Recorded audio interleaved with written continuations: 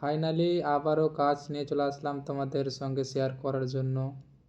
এই Redmi note 9 pro model আছে, এই মডেলটাতে চার্জ হচ্ছে না বলছে, কাস্টমারের যেটা দাবি চার্জ হচ্ছে না।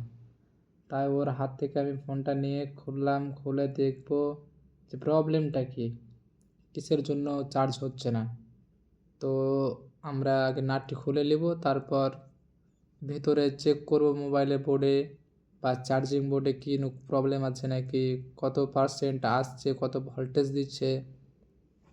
আগে আমরা যেটা করব, চার্জের কেবল ঢুকিয়ে আগে আমরা ভোল্টেজ নাপবো। যেখানে ভোল্টেজ পাবে 5.1, 5.32, যতই হোক, তো এখানে 5% আসতে হবে।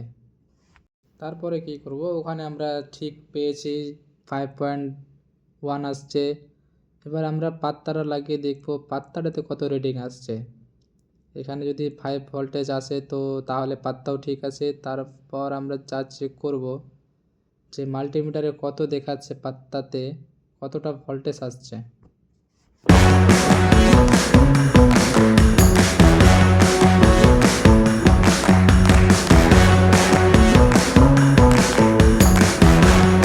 যে কানেক্টার যেটা আছে, চার্জিং কানেক্টার, তো আর ওখানে একটু ময়লা জমেছিল, আমরা ময়লাটাকে পরিষ্কার করলাম, পরিষ্কার করে তারপর লাগিয়ে দেখলাম